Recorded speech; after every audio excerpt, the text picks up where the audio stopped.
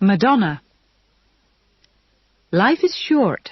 My idea is that if I want to do something, I do it. Madonna. Most pop stars know that they don't have a job for life. 1 or 2 successful records may give them enough money to have a good time for a few months. But the days of fast cars and long hot days by the swimming pool don't last long. Most have returned to ordinary life by the time they're 30. But Madonna isn't like that. She has been the world's top female pop star since the middle of the 1980s. During that time, she has had many hit records. She has acted in several films, and she has made millions and millions of dollars. She has won prizes for her work, but she has also been strongly criticized by politicians and religious leaders. She has married, separated, and married again. She has had 2 children, and she's also shocked a lot of people with her wild behavior. Some people say that she has been successful for such a long time just because she is a wonderful singer and songwriter, but most agree that it isn't as simple as that. Madonna has always made sure that she is in control of her life. She has made careful plans and has cleverly used the publicity that surrounds her. She has also used her success to build a large international company that makes big profits. But Madonna started right at the bottom.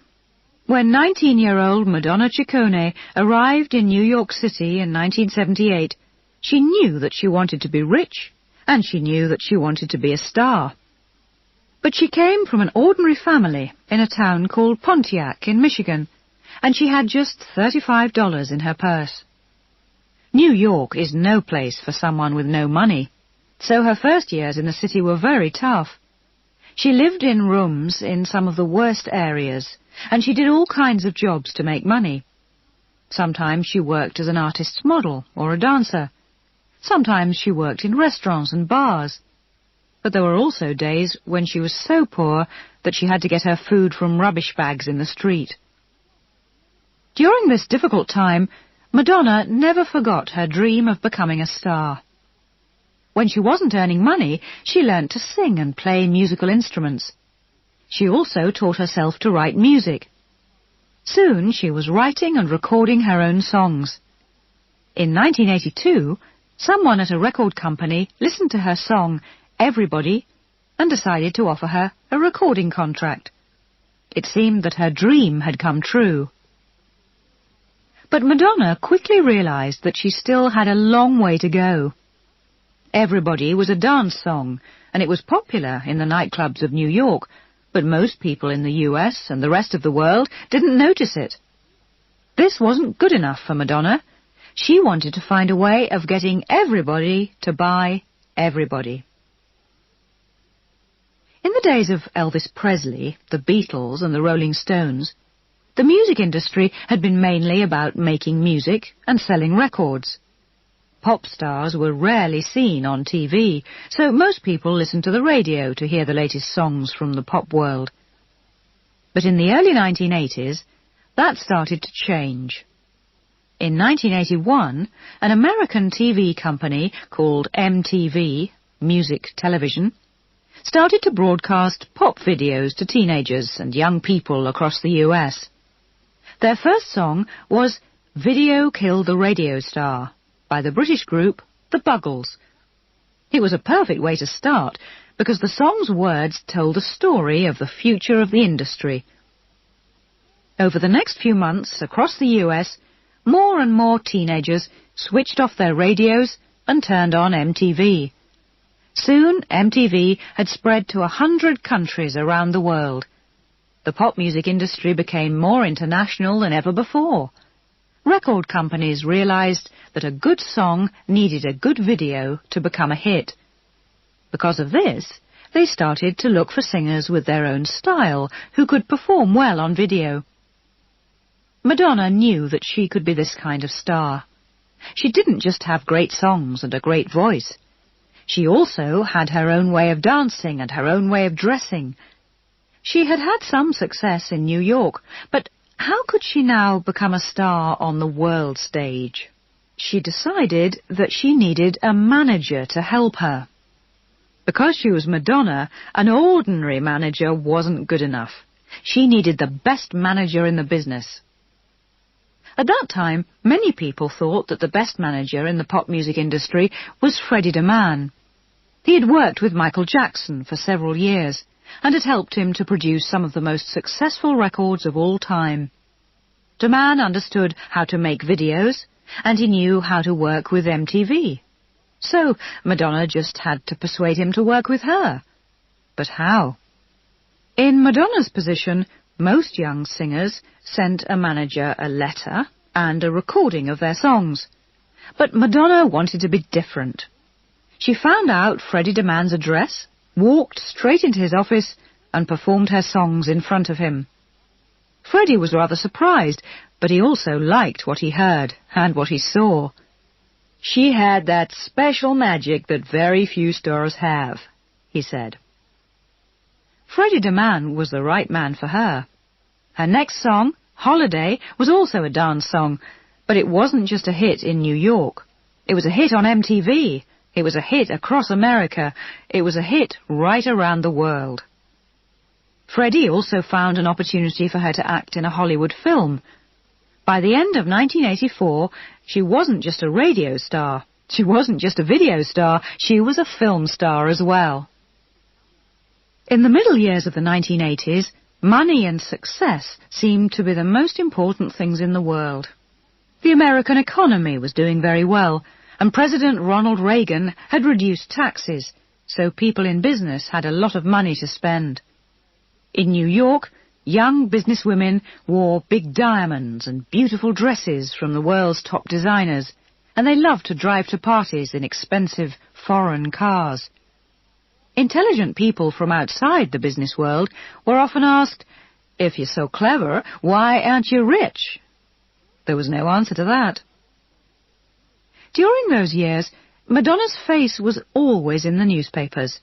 Her videos were always on MTV, and her songs were everywhere. She had one hit record after another. One of her songs, from 1985, seemed to explain the feeling of the time. "We are living in a material world," she sang, "and I am a material girl." Madonna had always wanted to be a public figure, but her boyfriend, in the middle years of the 1980s, had very different ideas. Sean Penn was a film star who had grown up in a famous family, and, perhaps because of that, he hated newspaper photographers. This was a problem, because photographers followed Madonna everywhere.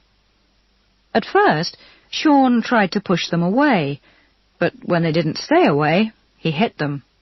And when they still didn't stay away, he tried to frighten them with his guns. When Sean and Madonna got married in 1985, the newspapers sent helicopters so they could photograph the wedding. This was too much for Sean. He left the party and shot at them with his gun from the ground. In the end, Sean's problems with the newspapers caused too many problems, and he was sent to prison. Madonna separated from him after just a few years of marriage. It was a hard lesson in the problems that come from too much public attention. But Madonna was one of the most famous women in the world, and she loved the publicity. So when the drinks company, Pepsi-Cola, asked her to do an advertising campaign for them, she was happy to help. She negotiated with them for 8 months, and she was even happier when they agreed to pay her $5 million for a year's contract. On the 2nd of March 1989, Madonna's Pepsi advertisement was broadcast to around 250 million people in 40 countries, and it included part of her new song, Like a Prayer. The advertisement was great, but it was never seen again. That was because on the 3rd of March, MTV showed Madonna's own Like a Prayer video. This showed Madonna in all sorts of strange situations inside a church. Religious people around the world were very angry with Madonna. "How dare she use our religion like this?" they asked. After some time, Things got so bad that the Pope said that Madonna would not be welcome to perform in Italy. The people at Pepsi-Cola were very worried about the situation. Would this damage their sales? They didn't want to wait to find out. They decided not to use Madonna's advertisement again, although they let her keep their $5 million. But Madonna was the winner in another way as well. After all the talk about Like a Prayer in the newspapers and on TV, everybody wanted to buy the record. It soon became a bestseller in 30 countries around the world. After Like a Prayer, some people began to see Madonna in a new way. They realized that she wasn't just an ordinary pop star. She had been at the top of her business for a long time. She was clearly a very tough person. In October 1990, the American business magazine Forbes put Madonna's picture on its front cover and asked if she was the cleverest businesswoman in the US. It said that she had earned $39 million over the past year. It also said that she was very unusual because she was a star who ran her own business. The next month, Us magazine produced a list of the most powerful people in the entertainment industry. Madonna was at number 1, above stars like Michael Jackson, Bruce Springsteen, and Prince. In 1992, she proved her skills as a businesswoman when she signed a deal with a value of $60 million with the big entertainment company Time Warner. The deal meant that she was now the boss of her own company, called Maverick. Maverick could produce records, videos, TV programs and books, and it gave Madonna complete control over her own products. She used this control to surprise everybody again. Maverick's first product was not a record or even a video. It was a book of photographs called Sex. The book was unusual in many ways. Its cover was made of metal, and it contained a CD of a new Madonna song. It also contained photographs that showed Madonna without her clothes on. In the weeks before Sex arrived in bookshops, journalists around the world wrote about the book. Many people thought she was making a big mistake, but Madonna was completely confident. She decided to print 1 million copies of the book and to sell it for a very high price, nearly $50. When the book finally went on sale in October 1992, the big question at every fashionable party was, "Have you seen the Madonna sex book?" Some people were shocked by Madonna's photographs. Others were angry, but many just went out and bought it. It sold 500,000 copies in its first week. But Maverick was not just an opportunity for Madonna to produce and sell her own books, records and videos. It also meant that she could work with other young musicians. "I want a real record label with real artists," she said. "I want artists who have a life of their own and who have a point of view." Since 1992, Madonna and her team of managers have listened to hundreds of recordings from young singers as they've tried to find the stars of the future. Everyone in the music industry agrees that this is very hard to do. Sadly, most young musicians fail. But Madonna quickly showed that she could find the right people. And in 1995, Maverick produced a record by the Canadian singer and songwriter Alanis Morissette. She was a good choice. Her record sold over 27 million copies around the world. Maverick has also made records for hit films like Austin Powers and The Next Best Thing. In 1999, the company had sales of around $750 million. Madonna's busy life means that she can't spend a lot of time in her company's offices like a normal boss. But wherever she goes, she uses the internet to communicate with her company's managers who look after the business from day to day. Madonna is certainly not everyone's idea of a typical business person. She will always be best known for her songs, her films, and her shocking way of life. But as computers, better communications, and the internet change business, Ideas and style are becoming much more important than machines and materials. If you want to succeed in the 21st century, you need to be able to think of new products and new fashions. And you must also know how to use publicity and how to create the right image. In the factories and offices of the old business world, the bosses were nearly always serious men in dark suits and ties. But in today's business world, women are proving that they are better managers and that they know more about the lives of ordinary people. In the expensive designer shops of Chanel and Hanai Mori, in the hundreds of body shops, and in the studios of Harpo and Maverick, the message is clear. Modern women mean business.